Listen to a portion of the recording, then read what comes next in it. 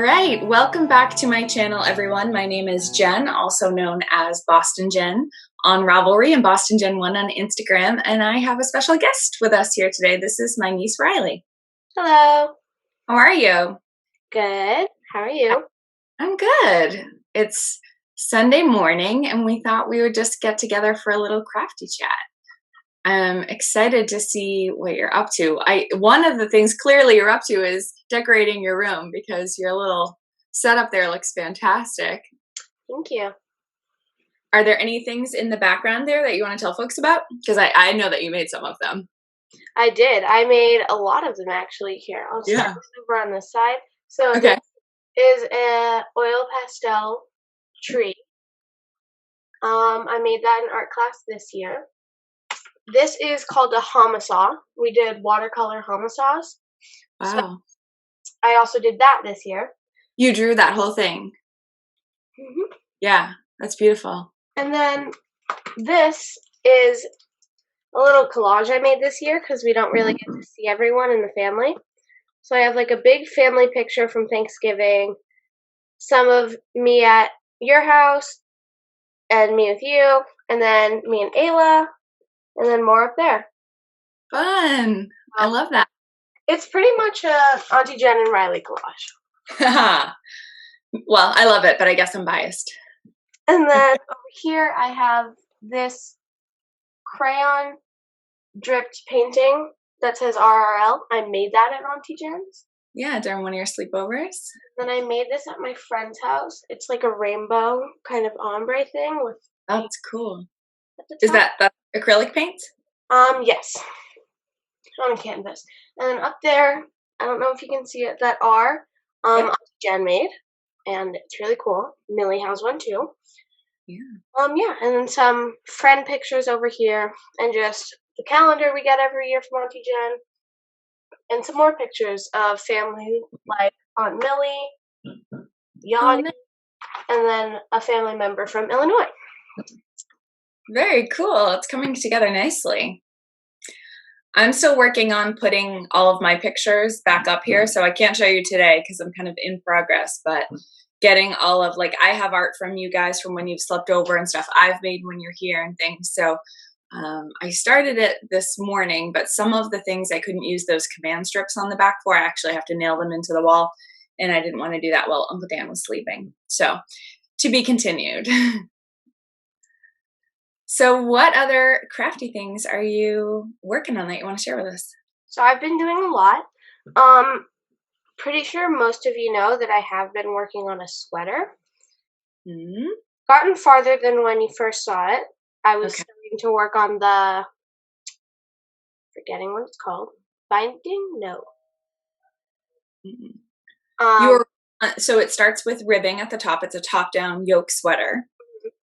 So, and now I'm starting on to, like, not the shoulders, but, like, getting there. Yeah, so it's increasing for the yoke, is what they call it. It looks really beautiful. So what we're doing for Riley is I took the Soldotna crop, which is a cropped sweater that I made, which calls for color work, and we just stripped out the color work. So we're just following the numbers and the math for the increases and stuff like that to make it nice and easy for you. And then as we get to a new section of the pattern, we just kind of check in, make sure you know what you're doing, and you keep going. But it's great. Another one, I don't know if I'm working on it, but my neighbor wants to learn how to knit. Mm-hmm. So I'm going to help her. We went to the yarn store, our local yarn store yesterday, Black Sheep Knitting. And we got some yarn for her. And so I'm going to probably teach her either today or like next weekend, something like that. That's so fun. Do you know what you're going to have her make? I think she wants to start off with a cowl because it's easiest, or like a scarf. Do you want to see the sweater that I'm working on right now? Mm-hmm.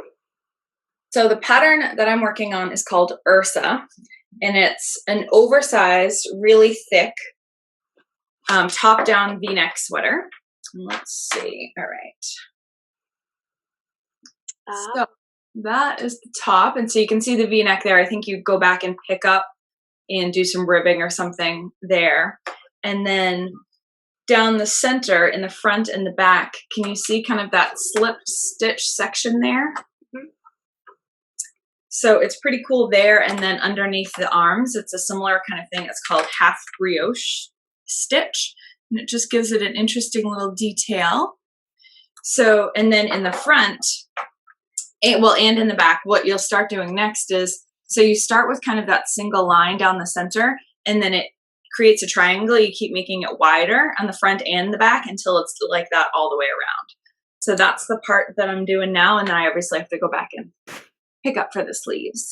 So it's really fun. This yarn was actually sent to me to review, and I'm really liking it. It's from Kraemer yarns, and it's called Mauch Chunky.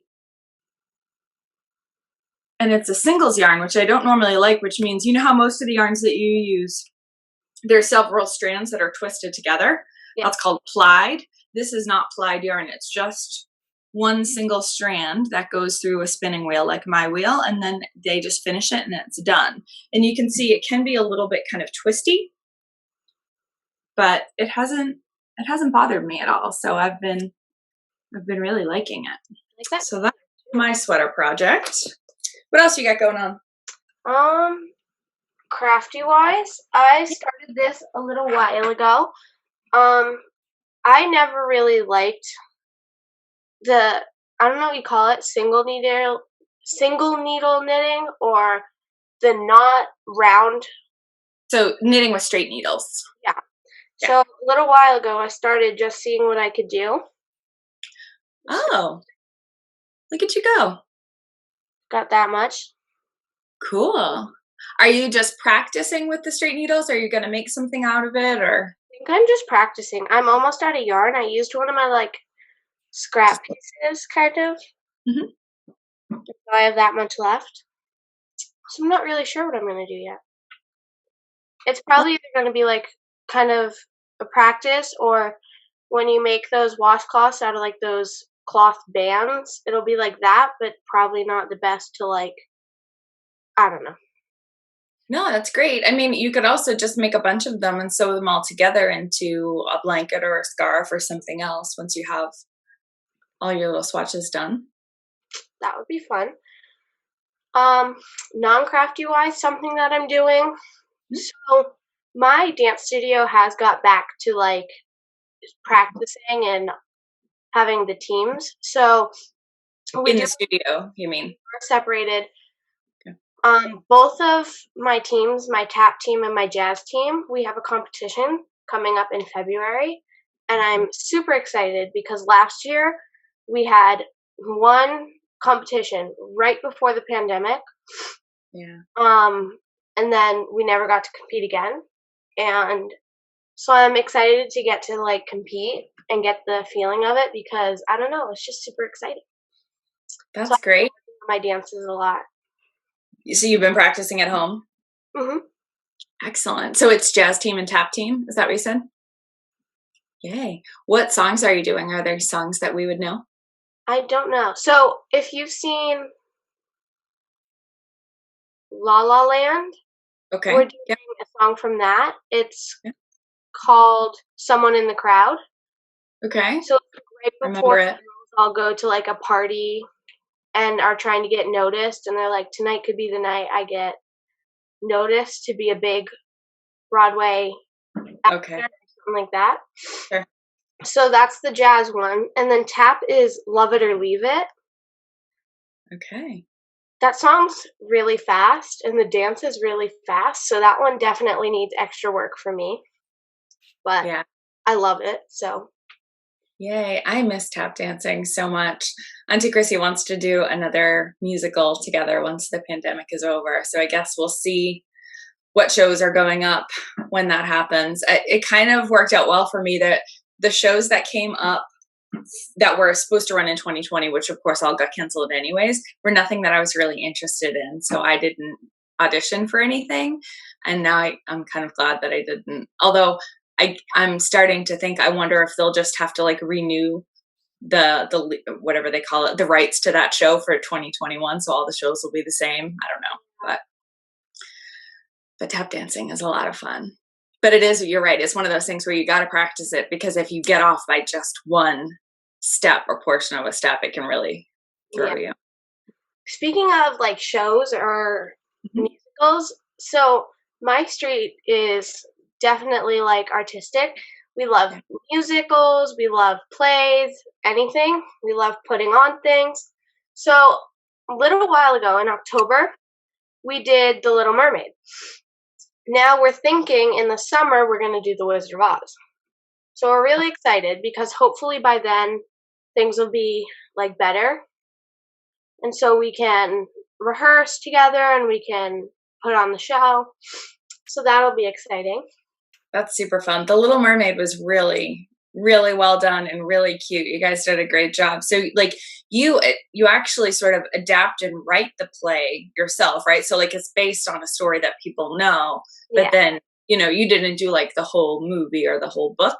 So you guys rewrote it and acted it out and sang the songs. And I think you're also especially lucky that one of your neighbors is that their dad is something in sort of the theater industry or movie industry. So he knows, like, was able to help you with the sound and all sorts of stuff too, right? Yeah, he works at BC. He like is a film teacher. Okay. So he has all these cameras, all this stuff. So he was the one who actually helped us put on the play. He was the director. Yeah. And the amazing thing about how we do plays and stuff here is they're all improv. So there's no set lines, but there are like cues. Right. And you get to kind of make it up and then sort of stick with that type of line. Yeah. So you kind of do get a say, and I really like that. Yeah, and like as you're practicing and rehearsing, you're testing things out to see like which line was funnier or which line like really hit home, and then you probably repeat some of that as you keep going, right? Mm-hmm. That's right. I forgot about that aspect. So for this play, The Wizard of Oz, I'm really excited because it's kind of confusing, but I get a bigger role. So last time I was Sebastian, which is the crab, which isn't like a bad thing. It was an amazing role. It was a really good role.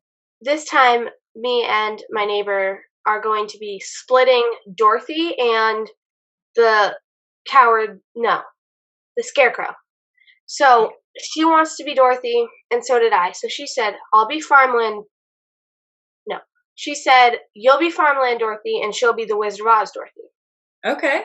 So I'm pretty much going to be like the quick role of Dorothy at the farm. And then I'm just going to be the Scarecrow. Cool. So she wanted to be Dorothy, but she didn't want to have to sing the song. So, right, 'cause Rainbow is in Kansas. Yeah.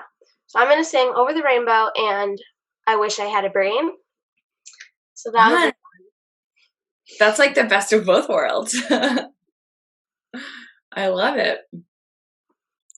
Good deal. Well, let me show you something else I'm working on. So I've been doing spinning. One of my goals for January is to spin 10 minutes a day. Mm-hmm. So I have this beautiful Corriedale fiber that I've been working with. And this is actually all that's left of my, I think it was a 4-ounce braid. And so this is what it looks like. And I feel like the more fun colors are in the inside, but it's all like creams and mustards and like that mauve color. And I love it so much. So I should be able to finish this in the next day or two. And then I have 2 more braids that are similar colors. One's like real dark mustard kind of colors. And the other one is kind of like this, but I think with less white. And so what I'm doing is I'm not really paying attention to like how I break it up or how I spin it through in terms of like, sometimes people will try to manage the color, but I'm not doing that at all. And then I'm just gonna take the singles from all 3 of those braids of fiber and then apply them together. So it's kind of a long project, but I'm really liking it. That's the same one Oshin thought was a foxtail. He did. Yeah. Well, because I think it was like this kind of color. Yeah. That it was the hanging out of the orifice. Yeah, so that means I've been working on this for a while. Because when was that? Like October? I think it was after Thanksgiving. Oh, was it? Yeah. Oh, right. Because you were home for 2 weeks and then you came here. Came over to work and we went inside for a little and he goes, oh my gosh, Uncle Danny, is that a foxtail? Uncle Dan goes, yeah, it's a foxtail. Yeah. Like, no. I should probably ask Oisin if he wants to try out the wheel, because when he was little, he loved knitting. He would steal my knitting all the time. And I wonder if he might like that, like the action of the treadling and the drafting. I think he might actually enjoy that. I have to remember to ask him. Didn't he start a project? A knitting project? And then yeah. Well, he made a scarf, which I think he finished. That was when he was still in school at Montessori. And so he had his project at school. I think he finished that. And then he started a hat for Hattie when she was a baby. I think it was after she was born. And he didn't finish that. And he kind of hasn't gone back to it. But that's all right. He knows how to do it. So if he ever decides he wants to again, he could. I have some of my finished projects here. Not all of them, Okay. but my favorites. Cool. Let's see. So the first one, this is, I think, the first project I actually finished on my own, because all the other ones I would start and then give up completely. So this is my rainbow cowl. Yeah, that one came out beautiful. Really? And then you made a matching headband for that, which is here. Mm-hmm. So I like how crazy it kind of is, and it's not actually red, orange, yellow, green, blue all the way down. Mm-hmm. Diagonal stripes. Yep.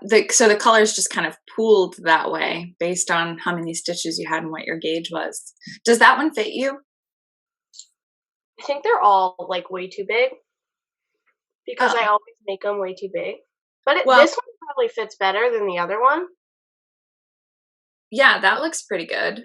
And I mean, a little too big is better, right, than too small, because you might get a little bigger. You're only 12. And then I've made stuff for people for Christmas. I made a twisted headband type thing for Ellie, my friend. Mm-hmm. So that was exciting. And then this one's more of a recent thing. Before I started my sweater, I did another cowl. This one's huge. I love that one. Now, when you say huge, do you mean circumference-wise or height-wise? Both. It's 2 times the size of my neck. It's really big both ways, but I kind of like how you can keep it kind of scrunched up. So that's how a lot of people sort of wear them and knit them that way on purpose. I almost think it could be a little bit taller so that you could really kind of, if it was cold, kind of pull it up and then tuck your coat in. I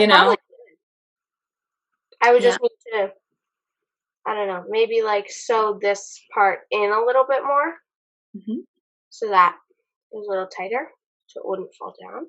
What you could do is you could sew a button on it and then make a little loop and then have it fold over and button on there. Does that make sense? Yeah.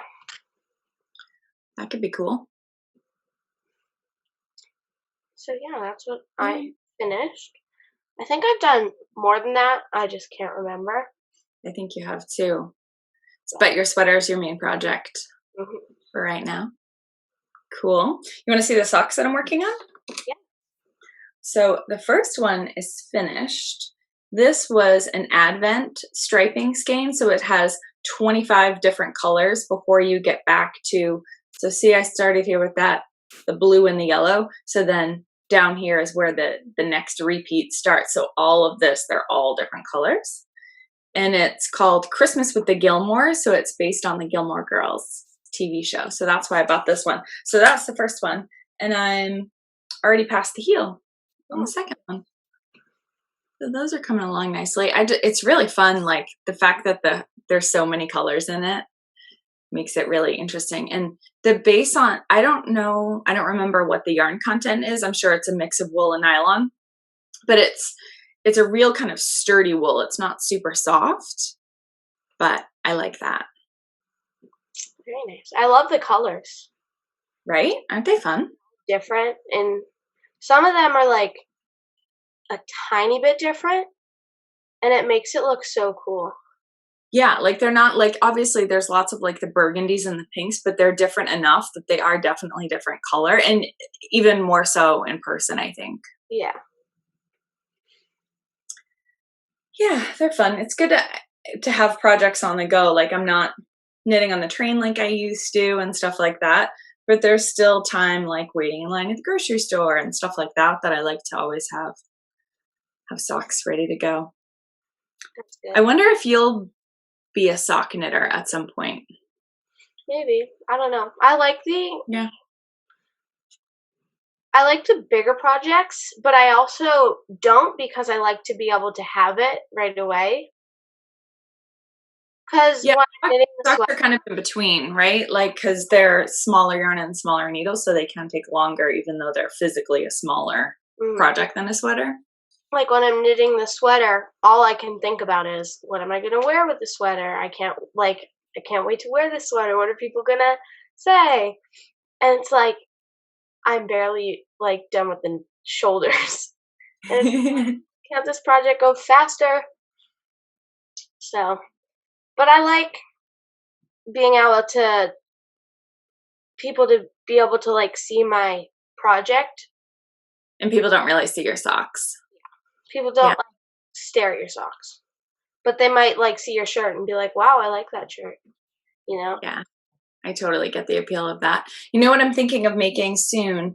Auntie Chrissy pretty much only wears the socks that I make her. So when I gave her her socks on Christmas, Ayla said, "Oh, thank goodness, another pair," because that's all she wears. She goes, she even wears them for dance class. So like, I guess instead of wearing her ballet shoes, she just wears my socks.